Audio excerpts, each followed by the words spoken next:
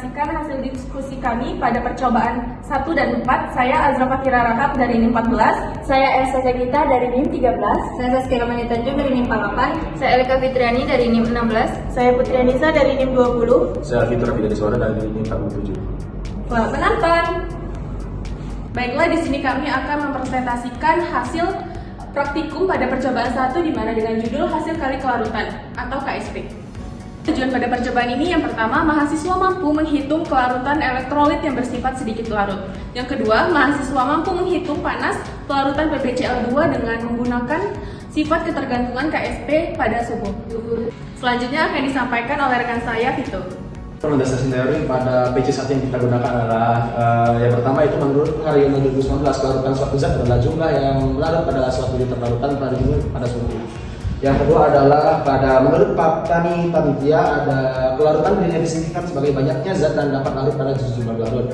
Dan yang terakhir adalah menurut Triswasmi 2024 adalah KSP adalah nilai maksimum dari hasil kali konsentrasi ion yang berada di dalam suatu larutan. Selanjutnya akan disampaikan oleh rekan saya, Putri. Yaitu alat dan bahan. Adapun alat yang digunakan, batang pengadu untuk mengaduk larutan, burat untuk mentitrasi, endemeyan untuk wadah titrasi, gelas beton untuk mereaksikan bahan, gelas ukur untuk mengukur larutan, kaki 3, kawat kasa dan bunsen untuk bahan pemanas, pipet tetes untuk mengambil larutan cair, dan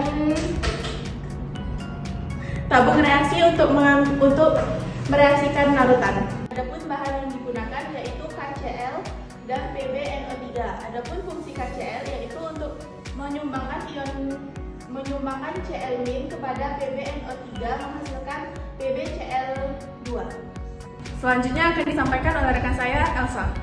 Dibuat larutan PbNO3. Dimasukkan larutan PbNO3 ke dalam 9 tabung reaksi. Ditambah KCl 1 molar pada 9 tabung reaksi yang jumlahnya sesuai dengan tabel 1.1. Penambahan KCl ini berfungsi untuk membentuk ion Cl pada larutan PbNO3. Diaduk dengan batang pengaduk, ditunggu campuran selama 5 menit, dipanaskan hingga endapan terbentuk, diaduk pada saat pemanasan agar suhunya merata, dicatat hasil suhu ketika endapan larut. Selanjutnya akan disampaikan oleh rekan saya, Elika. Ini adalah hasil pengaruh perubahan volume terhadap KSP di mana terdapat 9 tabung dengan volume PbNO3 dua kalinya adalah masing-masing 10 mili. Di mana volume KCl 0,50 sampai 1 itu belum terbentuknya larutan keruh. Sedangkan pada tabung 3 sampai 9 di mana volume KCl-nya adalah 1,50 sampai 4,5 sudah terbentuknya larutan keruh. Baiklah, selanjutnya akan disampaikan oleh rekan saya, Saskia. Dari data tabel berikut dapat dibuat grafik hubungan KSP terhadap suhu kelarutan. Suhu X ini menunjukkan nilai suhu dan suhu Y ini menunjukkan KSP. Dari grafik ini dapat kita lihat bahwa nilai KSP meningkat seiring meningkatnya suhu dan menunjukkan bahwa pelarutan PbCl2 itu bersifat endotermik atau mineral panas. Didapatkan persamaan garisnya itu yaitu Y sama dengan 0,0007X dikurang 0,00227 dengan nilai koefisien determinasinya 0,9057. Selanjutnya yaitu grafik hubungan KSP terhadap len 1 T dengan sumbu X menunjukkan nilai 1 T dan sumbu Y itu menunjukkan nilai len KSP. Dengan persamaan garis yang didapatkan, Y sama dengan min 3283,7X ditambah 3,4616 dengan nilai koefisien determinasinya 0,9676. Grafik ini dikatakan baik karena sudah mendekati garis linier.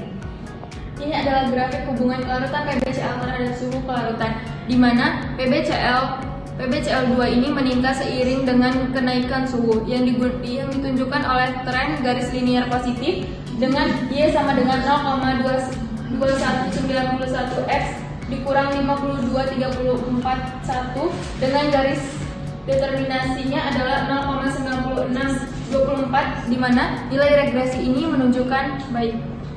Baiklah, adapun kesimpulan dan saran pada percobaan ini adalah yang pertama, untuk kesimpulan, cara menghitung kelarutan elektrolit yang bersifat sedikit larut pada PbCl2 dengan menggunakan KSP sebagai hasil kali konsentrasi ion-ion pada suatu elektrolit dalam larutan tepat jenuh, yang mana semakin tinggi konsentrasi maka semakin kecil pula kelarutannya. Yang kedua, cara menghitung panas kelarutan pada PbCl2 adalah dengan menggunakan ketergantungan KSP pada suhu, yang mana apabila KSP lebih kecil daripada KSP yang terbentuk endapan belum terlihat. Yang kedua, KSP lebih besar pada KSP, di mana terbentuk endapan, dan selanjutnya KSP lebih sama dengan KSP ataupun tepat jenuh.